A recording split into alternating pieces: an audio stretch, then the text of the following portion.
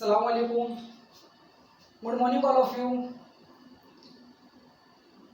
आज अपन बात कर रहे हैं नरेशन। एक्चुअली नरेशन होता क्या है? आगे बढ़ने से पहले सबसे अपन को इस शब्द को एक्सप्लेन करना है कि इस शब्द को एक्सप्लेन करना है कि इस नरेशन का मीनिंग क्या होता है। सबसे पहले मैं आपको बता दूं कि नरेशन शब्द नरेट शब्द से मिलकर बना है, जिसका अर्थ होता है कथन, स्टेटमेंट। नरेशन नरेट शब्द से मिलकर बना होता है, जिसको कई नाम से बोलते हैं, जैसे डायरेक्ट से इनडायरेक्ट। ओके, अपन आज पढ़ रहे हैं डायरेक्ट इनडायरेक्ट। तो पढ़ने से पहले आपको इसकी डेफिनेशन जानना बहुत जरूरी है कि डायरेक्ट से इनडायरेक्ट कैसे बनाते हैं, डायरेक्ट एंड इनडायरेक्ट एक्चुअली होते क्या है। अपन जो अपने स्टेटमेंट एक्सप्लेन करते हैं, अपने जो कथन बोलते हैं, वो अपन डायरेक्ट बोलते हैं। क्या बोलते हैं अपन? अपन अपने खुद के स्टेटमेंट जो अपन बोलते हैं वो डायरेक्ट बोलते हैं। और जब सुनने अपने बोले हुए स्टेटमेंट को जो ऑडियंस होता है, जो श्रोता होता है, जब उन्हीं अपने स्टेटमेंट को, बोले हुए स्टेटमेंट को जब वो खुद की भाषा में एक्सप्लेन करता है, तो वो एक्चुअली इनडायरेक्ट भाषा में एक्सप्लेन करता है। तो बात करते हैं डायरेक्ट से इनडायरेक्ट कैसे बनाते हैं। डायरेक्ट से इनडायरेक्ट बनाते समय आपको कुछ इंपॉर्टेंट बात बता दें। आप सिर्फ इतना ही याद रखना कि डायरेक्ट से इनडायरेक्ट बनाते समय सिर्फ 5 प्रकार के सेंटेंस को चेंज करेंगे। अब बताते आपको कि सेंटेंस के कितने भेद होते हैं? 5, जो मैंने आपको यहाँ पे शो किया। पहला होता है असर्टिव सेंटेंस, जिसको डिक्लेरेटिव सेंटेंस के नाम से भी जाना जाता है। अब असर्टिव सेंटेंस क्या होता है? असर्टिव सेंटेंस 2 प्रकार के होते हैं। पहला सेंटेंस होता है अफर्मेटिव सेंटेंस, जिनको अपनी लैंग्वेज में साधारण वाक्य बोलते हैं। दूसरा होता है निगेटिव सेंटेंस, जिनको अपनी लैंग्वेज में क्या बोलते हैं? नकारात्मक वाक्य। असर्टिव सेंटेंस का आंसर हमेशा यस या फिर नो में आएगा। यस या नो में कैसे आएगा? जैसे कि आई एम अ बॉय, मैं एक लड़का हूं। Sure, yes, I am a boy, yes में आंसर आ गया। वो तो क्या हो गया? Affirmative sentence. अफर्मेटिव सेंटेंस किसे बोलेंगे? जिसका आंसर यस या नो में आएगा, जिसका स्टेटमेंट, जिसका सेंस यस या नो में आएगा। दूसरा होता है निगेटिव सेंटेंस। निगेटिव किसे बोलेंगे? जैसे कि I am not a boy, मैं एक लड़का नहीं हूं। No no, I am not a boy, no का आंसर आ रहा है, तो ये क्या हो गया? Negative sentence. फिर बात करते हैं इंट्रोगेटिव सेंटेंस की, प्रश्नवाचक वाक्य। प्रश्नवाचक वाक्यों का आंसर ना तो हाँ में आएगा ना में आएगा, बल्कि उसका आंसर किस में आएगा? या तो उसका आंसर अपन शब्दों के माध्यम से एक्सप्लेन करेंगे, या फिर अपन उसको भाषा के माध्यम से क्या करेंगे? एक्सप्लेन करेंगे। जैसे कि व्हाट आर यू डूइंग, तुम क्या कर रहे हो? तुम क्या कर रहे हो? I am doing my duty, मैं अपना कर्तव्य कर रहा हूं। तो क्या आ गया? कर्तव्य। ये ना तो एक हाँ में आंसर आया ना में आंसर है, बल्कि इसका आंसर किस में आया? या तो किसी भाषा में आया, या फिर क्या आया? शब्दों में आया। इसका आंसर यस और नो में नहीं आया। तीसरा सेंटेंस है ऑप्टेटिव सेंटेंस। ऑप्टेटिव सेंटेंस हमेशा में से स्टार्ट होंगे। ऑप्टेटिव सेंटेंस में से स्टार्ट होंगे और उनके अर्थ में क्या मिलेगा आपको? विस्मयादिबोचक मार्क्स मिलेगा। कभी कभी में मिलता भी नहीं है, जिसको अपन को सेंटेंस के सेंस के अकॉर्डिंग टू क्या करना पड़ता है? अंडरस्टूड करना पड़ता है। नहीं होता वो अंडरस्टूड होता है, मतलब वो छिपा हुआ होता है। में के अंदर आशीर्वाद का भाव व्यक्त करेंगे, शाप का भाव व्यक्त करेंगे। किसी को आशीर्वाद देंगे, किसी को बेदुआ देंगे, किसी को दुआ देंगे। अगला है इंपेरेटिव सेंटेंस। इंपेरेटिव सेंटेंस का मतलब क्या होता है? आज्ञार्थक वाक्य। और ऑप्टेटिव का मतलब होता है इच्छा सूचक वाक्य। अब आज्ञार्थक वाक्य क्या होते हैं? जिनमें या तो एडवाइस का भाव होगा, या फिर कमांड का भाव होगा, या फिर रिक्वेस्ट का भाव होगा। उसको क्या बोलेंगे अपन? Imperative sentence. जैसे कि एक गिलास पानी लाओ, मैंने क्या की? आज्ञा की। आज्ञा की मैंने, एक गिलास पानी लाओ। Please give me a pen, मुझे एक पेन दो। क्या की मैंने? रिक्वेस्ट की। यू शुड वर्क हार्ड, तुम्हें कठिन परिश्रम करना चाहिए, मैंने क्या किया, एडवाइस की। तो इसको क्या बोलेंगे, इंपेरेटिव सेंटेंस। अगला है एक्सक्लेमेटरी सेंटेंस। एक्सक्लेमेटरी सेंटेंस क्या होते हैं, इस प्रकार के सेंटेंस में या तो दुख का भाव होगा, या फिर सुख का भाव होगा, या फिर घृणा का भाव होगा, वो क्या कहलाएंगे, एक्सक्लेमेटरी सेंटेंस। अब अपन डायरेक्ट से इनडायरेक्ट बनाते समय बेसिकली जनरल नॉलेज की बात करते हैं। आप जो स्टेटमेंट देख रहे हो वो दो प्रकार के होते हैं। एक तो जो आप ये कोमा कोमा देख रहे हो, आप इनको कोमा बोलते हो या फिर इन्वर्टेड कोमा बोलते हो। एक तो इधर वाला स्टेटमेंट देख रहे हो आप, एक इधर वाला स्टेटमेंट देख रहे हो, मतलब कि डायरेक्ट से इनडायरेक्ट बनाते समय स्टेटमेंट कितने होते हैं, दो कथन होते हैं, एक तो डायरेक्ट और एक इनडायरेक्ट। जो आप ये देख रहे हो इन्वर्टेड कोमा बोलते हो, इसको अपन बोलेंगे कोटेशन मार्क। क्या बोलेंगे, इनको अपन बोलेंगे कोटेशन मार्क। फिर इनके बाद में आप देख रहे हो जो कोटेशन मार्क के बाहर का स्टेटमेंट है, जो कोटेशन मार्क के बाहर का स्टेटमेंट है उसको अपन बोलेंगे रिपोर्टिंग वर्ब। क्या बोलेंगे, रिपोर्टिंग वर्ब।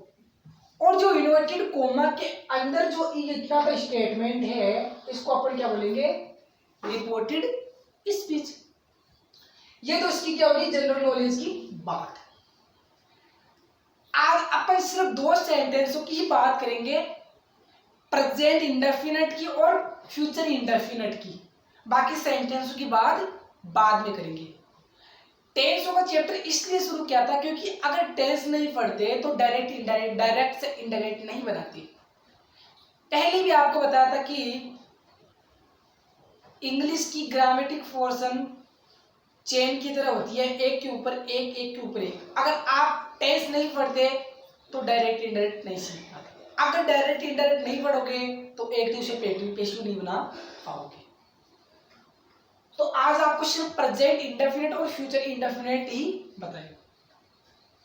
ना अपन टाइम चेंज की बात करेंगे, ना टेंस चेंज की बात करेंगे, सिर्फ बेसिकली बताएंगे।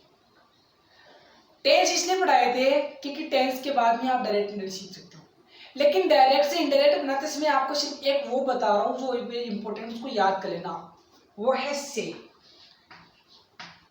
से का मतलब कहना भी होता है, से का मतलब पूछना भी होता है।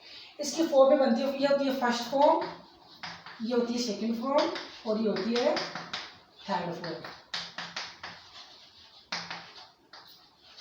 ये याद कर लेना, हो गई। अब आप स्टेटमेंट ये कथन देख रहे हो, Rani says I am a girl. Rani ने कहा कि मैं एक लड़की हूं। मैंने बता दिया कि इधर वाले पार्ट को क्या बोलते हैं, इधर वाले को क्या बोलते हैं, इसको क्या बोलते हैं, सब कुछ बता दिया। अब सेंटेंस की बात करते हैं, Rani says I am a girl. तो पहले तो ये देखो कि जो रिपोर्टर है, रानी रिपोर्टर है, बोलने वाली वक्ता है। ये देखो कि ये स्टेटमेंट कौन से टेंस है, कौन से टेंस में आ रहा है। तो आप देख सकते हो कि ये प्रेजेंट इंडेफिनिट में आ रहा है। अब कैसे पता कि प्रेजेंट इंडेफिनिट में आ रहा है, क्योंकि ये से अपनी क्या है, वर्ब है जो इसके साथ एस लग रहा है। अपन को पता है कि प्रेजेंट इंडेफिनिट में थर्ड पर्सन सिंगुलर के साथ मेन वर्ब की फर्स्ट फॉर्म में एस या एस लगाते हैं। तो से क्या है, अपनी मेन वर्ब की फर्स्ट फॉर्म में एस क्यों लगाया, क्योंकि रानी सिंगुलर थर्ड पर्सन है। अगर आई आता तो से पास यही रहता। तो सबसे पहले तो ये बता दो कि कौन सा टेंस है, प्रेजेंट इंडेफिनिट। हो गया बात। अब डायरेक्ट से इनडायरेक्ट बनाते समय आपको बता दूं कि जो कोटेशन मार्क होता है ये हट जाता है और इसकी जगह क्या लग जाता है, दैट।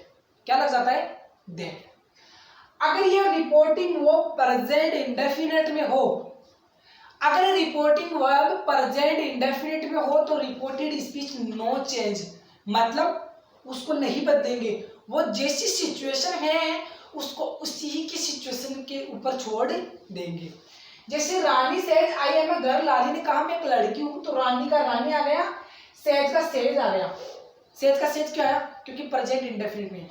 हाँ आ गया। अब ये जो ये है कोटेशन मार्क, इसकी जगह पे क्या कर दिया, डेट जोड़ दिया। मैंने लिखा है कि कोटेशन मार्क को किसमें बदल देंगे, डेट में। डेट। अब आप बोलोगे आई एम ए गर्ल।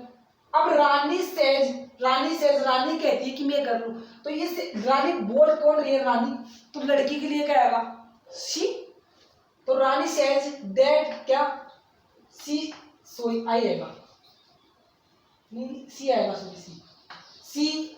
अब मैंने आपको बताया, अभी मैंने आपको बोला है कि अगर रिपोर्टिंग ऑफ प्रेजेंट इंडेफिनिट में हो तो रिपोर्टेड स्पीच नो चेंज।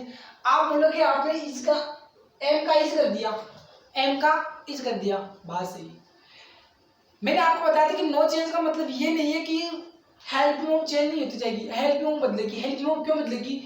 क्योंकि उन्हें शब्दों की, उन्हें मतलब कि सब्जेक्ट के अकॉर्डिंग तो चलना पड़ता है। सब्जेक्ट जैसा सब्जेक्ट होगा उसी इसकी वैसी ही क्रिया होगी। अब ऊपर आई के साथ आपको बताया था कि हमेशा एम लगता है, तो सी के साथ एम तो नहीं लग सकता है, उसके साथ तो इजी लगेगा। मैंने आपको बताया था कि इजेमार प्रेजेंट कंटीन्यूअस टेंस में आती है, मतलब ये इजेमार का इजेमार ही है, इजेमार का वॉज वर्ब नहीं बन रहा है, एमआर ही है। बस सिचुएशन क्या है कि इस सब्जेक्ट के अकॉर्डिंग क्या होता है, वो चेंज होता जा रहा है। Rani says that she is a girl, हो गया। नीचे मैंने एक एग्जांपल और दिया है कि Irfan says to me, Irfan says to me, Irfan मुझसे कहता है, मुझको कहता है क्या, आई एम अ बॉय, मैं एक लड़का हूं। Irfan said to me I am a boy, मैं एक लड़का हूं।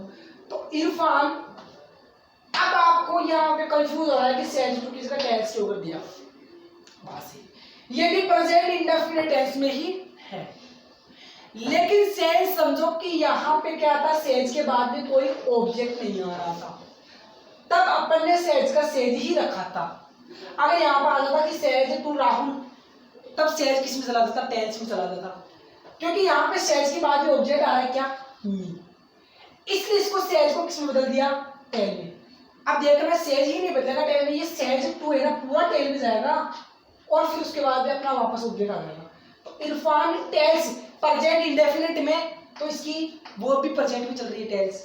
मी जोड़ने वाला शब्द दैट। अब देखना आई एम बॉय, ये इरफान किसको बोल रहा है, मुझे, तो ये लड़का है, तो लड़का के लिए क्या आएगा, आई किसके ही आएगा, आई एम बॉय। अगर आपको यहाँ पे सब्जेक्ट ऑब्जेक्ट चेंजिंग करने में कोई प्रॉब्लम आ रही है, डोंट वरी, अपन सिर्फ अभी बेसिकली ही पढ़ रहे हैं, डिटेल में शुरुआत करेंगे। आई एम ए बॉय मतलब that he is a boy, कोई प्रॉब्लम, जो ऊपर वाला है वो नीचे वाला है, सिर्फ सब्जेक्ट चेंज किया, इरफान कराने के लिए इरफान कर दिया। अब मैं आपको बता दूं, यदि रिपोर्टिंग वो प्रेजेंट इंडेफिनिट टेंस में हो या फिर फ्यूचर इंडेफिनिट टेंस में हो तो रिपोर्टेड स्पीच नो चेंज होगी। हाँ, रिपोर्टिंग और प्रेजेंट इंडेफिनिट में हो, टेंस प्रेजेंट इंडेफिनिट में या फिर फ्यूचर इंडेफिनिट में हो, लेकिन उसके बाद में अगर कोई ऑब्जेक्ट आ रहा है, बता दिया ऑब्जेक्ट, यहाँ पे जैसे कि ऑब्जेक्ट आ रहा, तो देखना अगर सेज या फिर सेड के बाद में कोई कर्म आए, ऑब्जेक्ट आए, ऑब्जेक्ट आए, तो से को तो किस में बदल देंगे, टेल में, सेज को किस में बदल देंगे, टेल्स में, और सेड को किस में बदल देंगे, टोल्ड में। लेकिन अभी आप इस सेड को तो फॉरगेट ही कर दीजिएगा, ये पास्ट की बात है। इतना याद रखना कि अगर से आ जाए तो किस में बदलना है, टेल में, सेज आ जाए तो टेल्स में, और बस इतना ही याद रखो आप। और अगर रिपोर्टिंग और फ्यूचर इंडेफिनिट टेंस में हो तो भी रिपोर्टेड स्पीच नहीं बदलेगी। अगर रिपोर्टिंग वर्ब प्रेजेंट इंडेफिनिट या फिर फ्यूचर इंडेफिनिट में हो तो नो चेंज। कैसे? जैसे कि रजनी विल से, रजनी कहेगी क्या, I am a honest girl, मैं एक ईमानदार लड़की हूँ। रजनी कह रही है, रजनी कहेगी, गाएगी की मात्रा है विल से, क्या, मैं एक ईमानदार लड़की हूँ। अब इसको इंडायरेक्ट में चेंज करेंगे ना, तो ये जो रिपोर्टेड वो स्पीच है ये नो चेंज होगी। क्यों? क्योंकि फ्यूचर इंडेफिनिट चल रहा है, विल के बाद में मैं वो की फर्स्ट फॉर्म, मॉडल के बाद में मैं वो की फर्स्ट फॉर्म। तो रजनी विल का विल आ गया, से की से किसमें गया, से का सी रहेगा। क्यों?